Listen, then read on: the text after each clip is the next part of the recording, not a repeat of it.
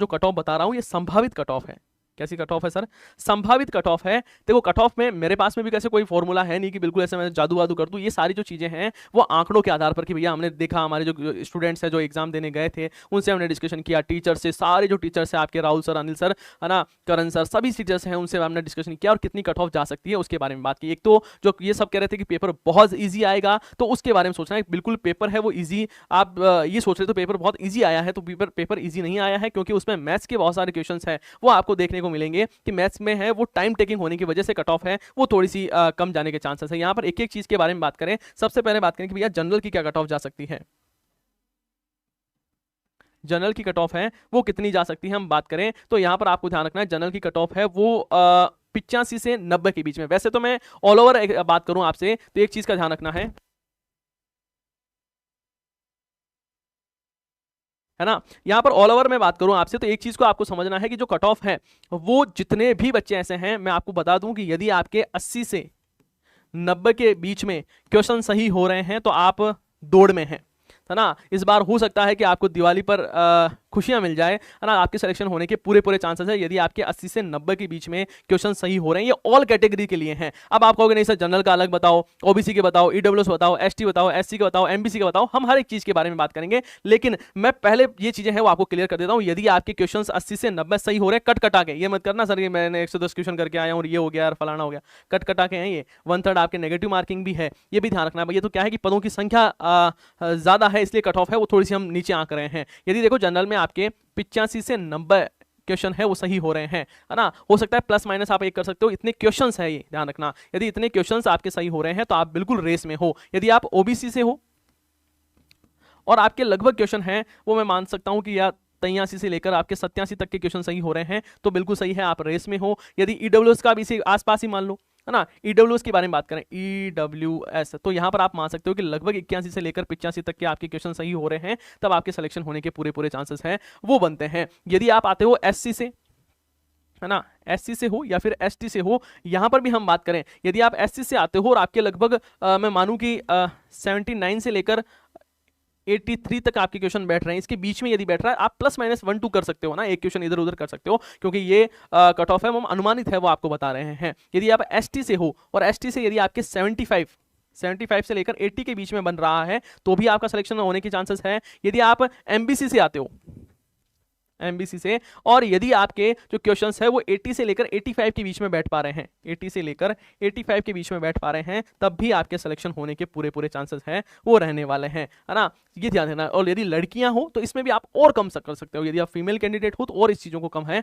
वो किया जा सकता है। विडो हो, अब देखो मैंने जो क्राइटेरिया आपको बताया ना कि यदि आपके क्वेश्चंस हैं वो 80 से 90 के बीच में आ रहे हैं तो फिर टेंशन लेने की जरूरत नहीं है, आप किसी भी कैटेगरी में हो मस्त रह जाओ, है ना। बाकी आपको एसटी एससी से मैंने बता ही दिया है। बाकी देखो मैं ये मानता हूं कि जब बहुत बड़ी वैकेंसीज होती है तो वहां पर बताना बहुत मुश्किल हो जाता है। अब मैं कुछ ऐसी चीजें नहीं कहना चाहता हूं, जो बहुत सारी चीजें हैं मेरे मन में, लेकिन फिर आप कहोगे नहीं सर ऐसा नहीं है, इतनी कट ऑफ नहीं जाएगी, उतनी कट ऑफ नहीं जाएगी। बस ये जो आंकड़ा दिया हुआ ना इसके अंदर अंदर यदि आप हो तो आप सुरक्षित हो, आपको किसी प्रकार की कोई भी टेंशन लेने की जरूरत नहीं है, ऐसा हमारा अनुमान है, हमारी पूरी टीम का अनुमान है, हमने जितने भी बच्चों से पूछा है ये सारी चीजें हैं। यदि आप दिव्यांग श्रेणी से आते हो, यदि आप विडो हो तो भैया और इसको कम कर लो, है ना, लगभग आपके 70 के समथिंग भी मामला बैठ पा रहा है तो आपको आराम से सिलेक्शन है वो होने के चांसेस पूरे पूरे बनते हैं। तो ये सारी रही कट ऑफ की बात। अब हम बात करें कि यहाँ पर सर इस पेपर के बारे में आगे हमें क्या करना है। तो देखो अभी वीडियो का एग्जाम आने वाला है, वीडियो का एग्जाम है आपके सामने, आपके एसआई का एग्जाम आपके सामने है, वीडियो का एग्जाम है, एसआई का है, उसके बाद में लैब असिस्टेंट का एग्जाम है आपके, है ना, परिचालन की भर्ती है, परिचालक की भर्ती है, आपके पास में हाईकोर्ट एलडीसी की भर्ती है भैया, हाईकोर्ट एलडीसी की वैकेंसी आपके सामने है। तो इन पर बिल्कुल तैयारी करनी है। रीट एग्जाम है आपके, जो बच्चे ऐसे हैं, है ना, टीचिंग वाले, उनके पास में रीट का एग्जाम है ना, सेकंड ग्रेड का एग्जाम है उसकी आपको तैयारी करनी है ना। जो बच्चे ऐसे हैं वो आरएस की जल्द वैकेंसी आने वाली है उसके लिए आपको तैयारी करनी है। तो अब मेरा कहने का मतलब है कि ठीक है आपने अभी तक सारी चीज़ें समझ ली है, 4th ग्रेड का आपने पेपर दे दिया है, आपने पटवारी का एग्जाम दे दिया, आपने कांस्टेबल का एग्जाम दे दिया है। अब आपको फोकस ज़्यादा से ज़्यादा करना चाहिए किस पर, कि आगे आने वाले एग्जाम है, क्योंकि 4th ग्रेड है वो आपका एक मुकाम नहीं है कि जहां पर आपने चलना शुरू किया है वो 4th ग्रेड के लिए चलना नहीं शुरू किया है। जो आपने तैयारी शुरू की है, जैसे आप जिस दिन से आप पढ़ना शुरू किए हो उस दिन आपने ये नहीं सोचा होगा कि मुझे 4th ग्रेड में सिलेक्शन लेना है। आपके ख्वाब बड़े हैं तो उन ख्वाबों को मुकम्मल करने के लिए आपको और मेहनत करनी पड़ेगी। ये बस ये है कि आपको जो बेरोजगारी का जो दंश है उससे आपको निजात मिल जाएगा। आपको बस ये रहेगा कि मैं बेरोजगार नहीं हूं, मैं काम करता हूं, मैं सरकार का नौकर हूं।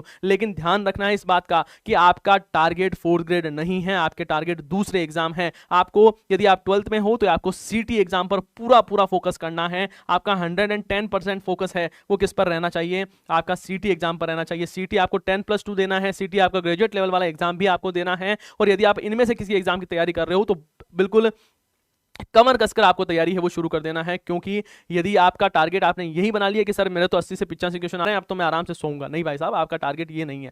आपका टारगेट है कि मुझे पटवारी बनना है, मुझे वीडियो बनना है, मुझे एसआई में सेलेक्ट होना है, मुझे लेवल स्टैंड बनना है, मुझे रीट में सेलेक्ट होना है, मुझे 2nd ग्रेड में सेलेक्ट होना है, मुझे आरएस बनना है, मुझे सीटी में नंबर लाने हैं। ये आपके टारगेट हो सकते हैं। आपका टारगेट है वो ये नहीं है कि मुझे 4th ग्रेड में सिलेक्शन लेना है। तो इस चीज का विशेष तौर पर आपको ध्यान रखना है। तैयारी का राइट टाइम यही है, आज से ही, अभी से ही आपको तैयारी शुरू कर देना है। अब ऐसा नहीं घूमना है कि साहब वहां पर कितने नंबर आ रहे हैं, यहां पर कितने नंबर आ रहे हैं। एग्जाम में रिजल्ट आपके कहा नवंबर में रिजल्ट आ जाएगा, 2 महीने इंतजार कर लो, कोई बढ़िया तैयारी करो। आपके वीडियो का पेपर है 2 नवंबर को, 2 नवंबर की वीडियो की तैयारी जब तक आपकी कंप्लीट होगी, एग्जाम देने जाओगे तब तक आपके रिजल्ट भी आ जाएगा। तो ज्यादा टेंशन लेने की आपको आवश्यकता नहीं है। मैंने अपना जो अनुमान है वो बताया है। हो सकता है कि आप इससे ताल्लुकात ना रखो, आप ये कह दो नहीं सर ऐसी थोड़ी बात है, मेरे तो नंबर आए वो 92 में आ रहे हैं, कट ऑफ 92 में ही जाएगी। अरे आपकी बात नहीं कर रहा हूं मैं, है ना, पर्टिकुलर किसी व्यक्ति की बात नहीं कर रहा हूं। हो सकता है बहुत सारे बच्चे ऐसे भी होंगे जो कह रहे हैं सर 110 क्वेश्चन बिल्कुल सही है ना। तो ये बातें उसकी चीजें नहीं है, ये बिल्कुल ऑल ओवर कैटेगरी है। वो देखकर कि भैया कट ऑफ इतनी जा सकती है, पुराने पेपर में इतनी गई है,